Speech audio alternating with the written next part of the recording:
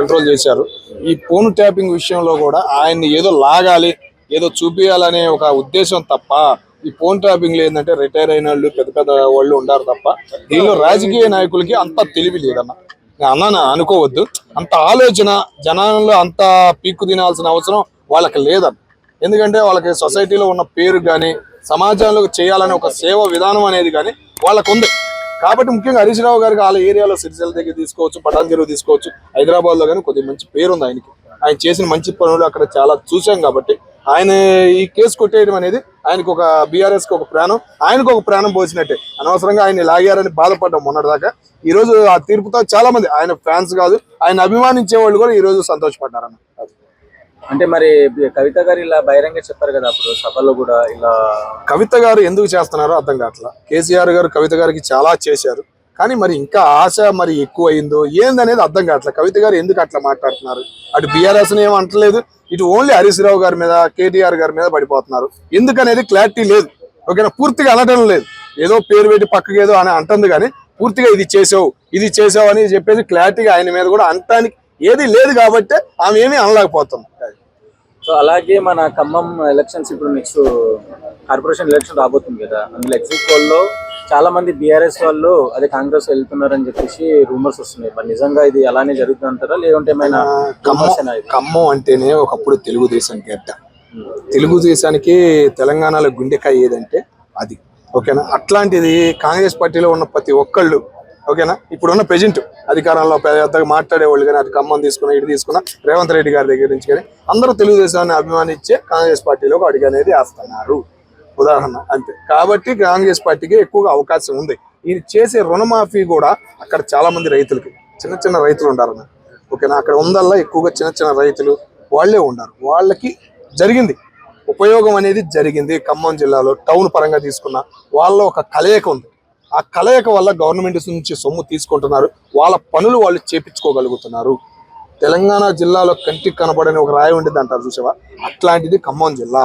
Government దగ్గర నుంచి ఎట్లా తీసుకోవాలి తెలుసు, ఎట్లా గవర్నమెంట్లను వాడుకోవాలి అనేది తెలుసు. అక్కడ ఈ మధ్య కుల రాజకీయం ఒకటి లెగుస్తుంది. ప్లస్ ఏంటంటే ఒక వివేదన, పార్టీలు వివేదన లేపి కుల రాజకీయం చేయాలని కొన్ని శక్తులు ప్రయత్నిస్తున్నాయి.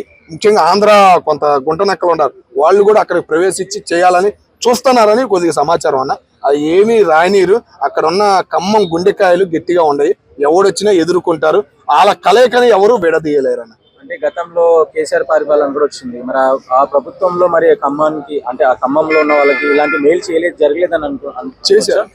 కేసీఆర్ గారు కూడా చేశారు, కానీ పూర్తిగా అవగాహన దాని మీద పెట్టలేకపోయారు. ఆయన ఓన్లీ హైదరాబాదే, కేటీఆర్ ఫ్యామిలీ కేసీఆర్ ఫ్యామిలీ పట్టించుకుందల్లా హైదరాబాదే. ఓకేనా, జిల్లాలో ఏదైనా పథకాలు ఇస్తే ఏదో వాళ్ళు ఇచ్చిన పథకాలు ఏది మన రైతు బంధు వాటి గురించి ఆలోచించారు తప్ప రైతు బంధు కూడా మనమే తీసుకున్నాం. ఉదాహరణ తెలిసిందిగా మల్లారెడ్డి గారికి ఎన్ని ఎకరాలు ఉందన్న? 500-600 ఎకరాలు ఉన్నాయి. మొత్తానికి పడిందా నాకు రైతు బంధు అని ఆయనే చెప్పాడు. 500 ఎకరాలకు పడిందంటే రైతు బంధు సామాన్యుడు ఏమనుకుంటాడు చెప్పు, ఒకసారి ఆలోచించి. అట్లాంటి ఉదాహరణ అవి కంట్రోల్ చేసి మిగతా వాటికి ఉపయోగించినట్టయితే కేటీఆర్ గారు ఇంకొక 5 ఏళ్ళు, కేసీఆర్ గారు ఇంకో పరిపాలన 5 ఏళ్ళు ఉండేది. ఇదే కారణం అంటారా బీఆర్ఎస్ ప్రభుత్వం రాకపోవడం? మెయిన్ హైదరాబాద్ పట్టించుకున్నారన్న. కేసీఆర్ గారు కానీ కేటీఆర్ గారు కానీ అందరూ హైదరాబాద్ మీద పడ్డారు. హైదరాబాద్ అభివృద్ధి, హైదరాబాద్ ఆదాయం, హైదరాబాద్ సంగతే చూశారు. కాబట్టి మిగతా వాళ్ళని వదిలేశారు.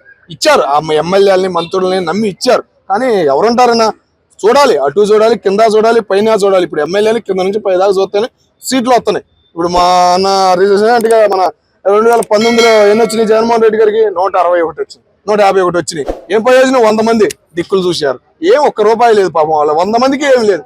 ఏం చేయాలి ఏందనేది తోసకు తన్నుకులు ఆడారు. ఇప్పుడు సేమ్ పరిస్థితి అట్లాగే ఉంది. ఇప్పుడు ఏపీలో కూడా 100 మంది ఉన్నారు, కానీ ప్రతి ఎమ్మెల్యేని చంద్రబాబు నాయుడు గారు పట్టించుకుంటున్నారు. ఒక మూమెంట్ అనేది వాళ్ళకి అలవాటు చేస్తున్నారు. అందరూ తెలుగుదేశం పార్టీ నుంచి పుట్టిన వాళ్ళే, బయట వాళ్ళు ఎవరు లేరు. అటు ఆ పార్టీ తీసుకున్నా ఈ పార్టీ తీసుకున్నా ఏదన్నా తీసుకున్నా. ఇప్పుడు సినిమా వాళ్ళు దాని గురించి మనం అందరం తనుకునే వాళ్ళు, వాళ్ళందరూ కలిసిపోయారు. ఇప్పుడు ఉన్న రాజకీయ నాయకుల్లో ముసుగు మేనలు, మాస్క్ మేనలు, ప్రభాసం లాగడానికి ఎవరు మాస్క్ వేసుకుని నేను రీసెంట్ గా జగన్మోహన్ రెడ్డి గారిని ఏదో అన్నట్టు, చంద్రబాబు ఏదో, పవన్ కళ్యాణ్ ఏదో అన్నట్టు ఏదో మాస్క్ వేసుకుని వాళ్ళాడు ఎవడో కానీ. అట్లాంటి కొన్ని తోమర్లు సోషల్ మీడియాలో చేస్తున్నారు తప్ప ఎటువంటి ప్రయోజనం లేదు.